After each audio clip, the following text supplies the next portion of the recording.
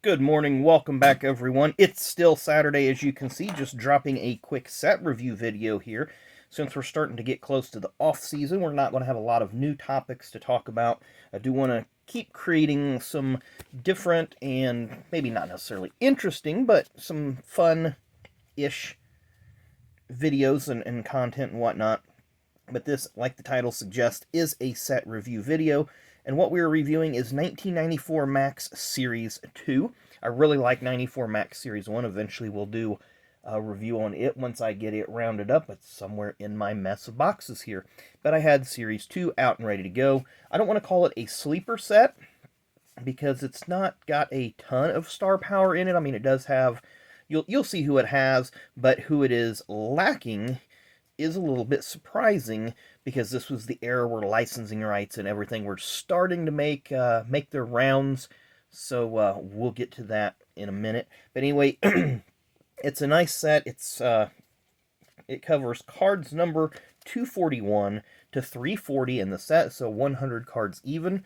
So set 1 or series 1 has 240 cards, so it's a lot more in-depth and thorough. This one just kind of covers the back half of 1994, almost like an update set, but it's still kind of nice. So we'll go ahead and get rolling here. We're going to start off with the first card of the set is Bill Elliott. And as you can see, most of these cards are heavily black bordered. Not a real big fan of the black border or dark bordered cards because they're really subject to chipping and so forth. But, again, I just put these sets together to have sets so that way if I ever wanted to go through and look at them and whatnot. But Bill Elliott, driving for Junior Johnson at the time, we'll flip it over and show you what the backs of these cards look like. Kind of gives you a small paragraph, a small amount of vitals, and then lets you know that it's Series 2 card number and officially licensed by NASCAR by the J.R. Maxx Incorporated. So very interesting. That looks like Pocono there, based on the scoring tower there. Up next is Harry Gant, pictured in his Busch Series car when he was driving for Ed Whitaker, the Mannheim Auctions car. And there is the Mannheim Auctions Busch Grand National car owned by Ed Whitaker. I always like that paint job. Mannheim Auction cars always had, I don't want to call them goofy, but they were, at the time, really, really unique, bright paint jobs. And then with the car cards, they give you the finishes up to that point of the season. So as you can see, he won the Atlanta race for his last Busch win. Of course, this race is important because that was Shauna Robinson's first career and only career pole. Kodak Fun Saver, so this is going to be Sterling's Busch efforts. And I believe that might have been James Finch owned. Let's see if it tells us. It probably won't. Yeah, but I'm pretty sure that this was a James Finch owned team, the Fun Saver car. So a lot of Busch Series representation here by Cup drivers. Terry Labonte in his MW Windows car. This was always a strong car. Terry always ran well with it. Morgan Shepherd, Cheerwine. Somebody made a post on Facebook recently what Cheerwine was, and it's just a red soda that is traditionally a southeastern-based soda. I've had it before when I went down there.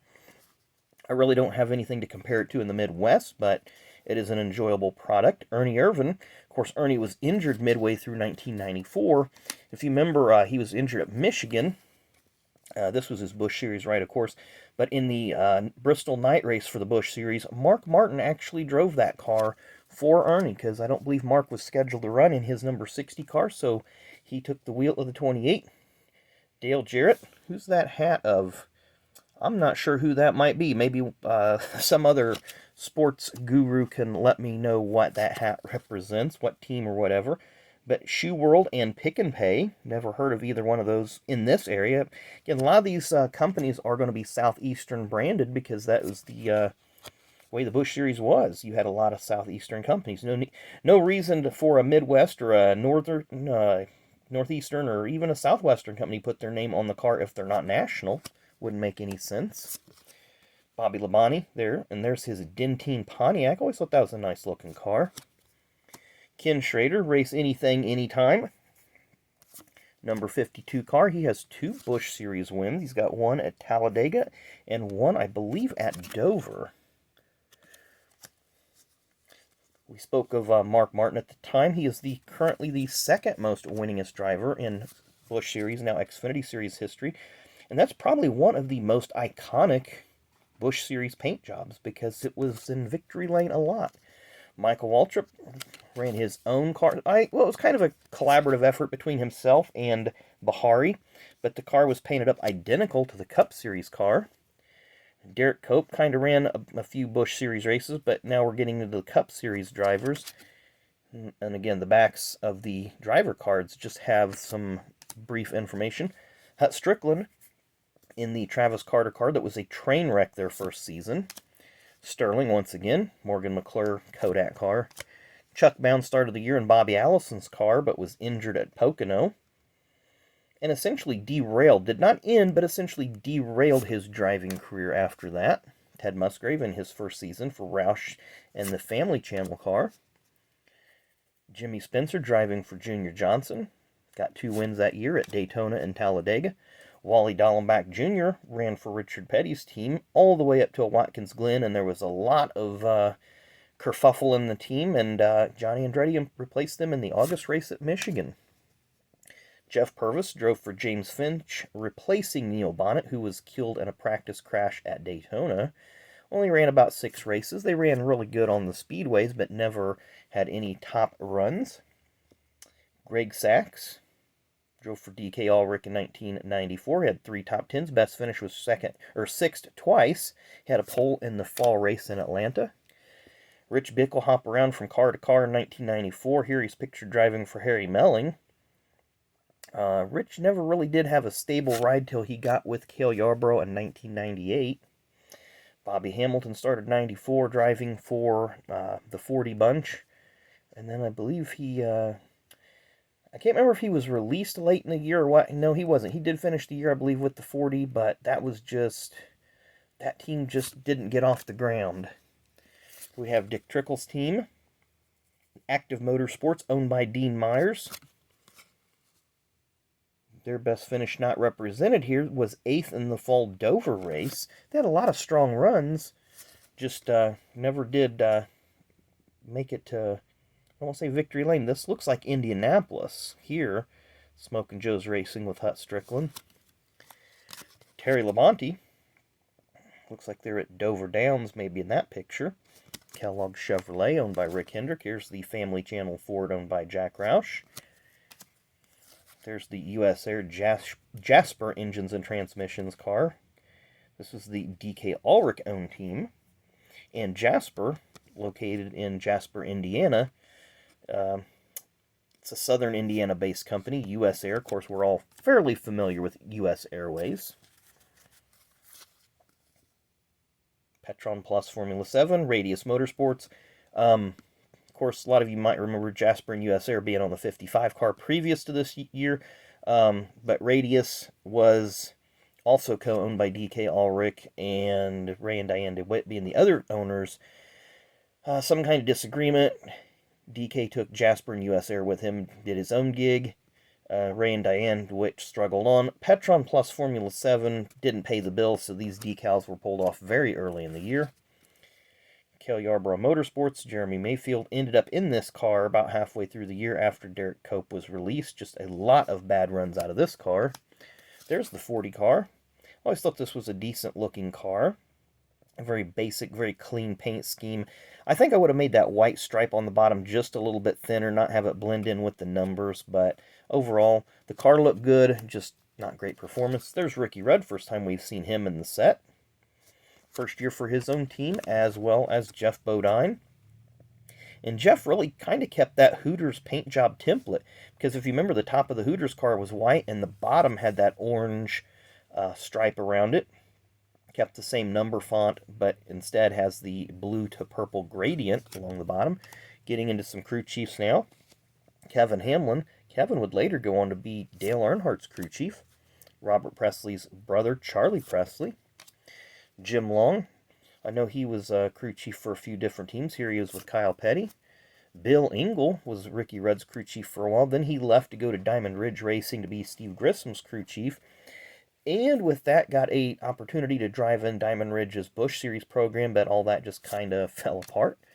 Peter Suspenzo, he's hopped around from team to team and also raced in the ARCA Series in the early 90s, I believe. Freddie Fryer, I believe he was from Alabama, legendary crew chief from that part of the country. Let's see if we're correct. Well, he's from Chattanooga, but he did work with a lot of guys from Alabama. Chris Hussey, Bill Davis Racing longtime crew chief. Mike Hillman, working for Dean Myers Active Trucking. Gordon Gibbs. Who's Gordon Gibbs with? Who's that team? I can't read that. Diamond Ridge Motorsports. I was thinking Heilig Myers because it was similar color, but Heilig Myers was long gone. Well, no, they were still in the sport.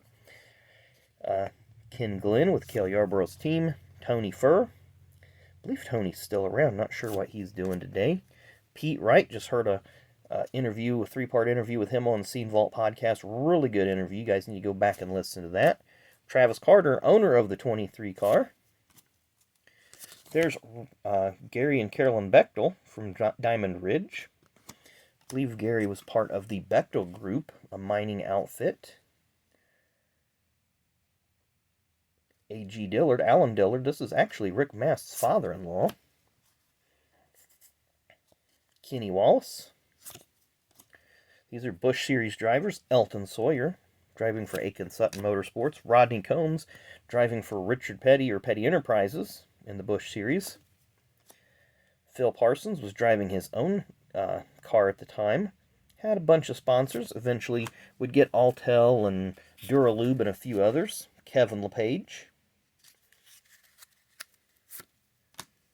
Johnny Benson, 95 Busch Series champion. He was Rookie of the Year 94, driving for Bill Bumgardner. CC Welliver Racing had Mike McLaughlin as their driver. He did pretty good. Patty Moise. I can't remember who she was driving for in 94. If it was Doug Taylor or if it was the Sawyer Moise car that they owned. Larry Pearson drove for Mac Martin. He is a two-time former Busch Series champion. Robert Presley started the year with J&J Racing, ended up the year driving for Rick Mast and a few others to keep up in the points. Clyde McLeod, another crew chief. So we're getting into the Busch Series crew chiefs here. Ricky Pearson, he was Dennis Setzer's crew chief at the time. Gil Martin, obviously he was Kenny's crew chief. Kenny Wallace, that is. There's Kenny's car owner, Philbert Martacci. I believe he just passed away within the last year. There's the C.C. Welliver ownership group. They own the Team 34 in the Busch Series for a long time. Now we're getting into some memorable moments. Johnny Andretti, first driver ever to race the Indy 500 and the Coke 600 in the same day. So very, very, very impressive. Give you guys a little bit of information on the back of that. Very cool. There we spoke of Shauna Robinson earlier, winning the pole at Atlanta. And there's Harry way back in the back there, making his way up through the field. Got another memorable moment. Mike Skinner on the pole. That's probably what that's going to represent. Yeah, there's Mike Skinner winning his first career pole. A little bit of information there. Loy Allen winning his second pole of the year at Atlanta. He won 3 poles in his rookie season. Bob Jenkins passed away last year, one of the best NASCAR broadcasters. Buddy Baker, of course, he passed away, I believe it was 2007. Getting into some checklists here, so nothing major. But then the last part of this set focuses on the All-Star race weekend. So Joe Nemechek won the pole for the Open, and this was a crazy race. Rusty wins the pole for the Winston Select All-Star race. So there's the field coming to the green in the Winston Select Open. A lot of drivers, the top 6 actually transferred to the All-Star race. Here is the more action from the Winston Open. Jeff Gordon, yeah, Jeff had to run the Open in 93 and 94 because at that point he still had 0 career wins. The big one, I believe that's Dave Marcus up on his side. Yeah, that is Dave Marcus.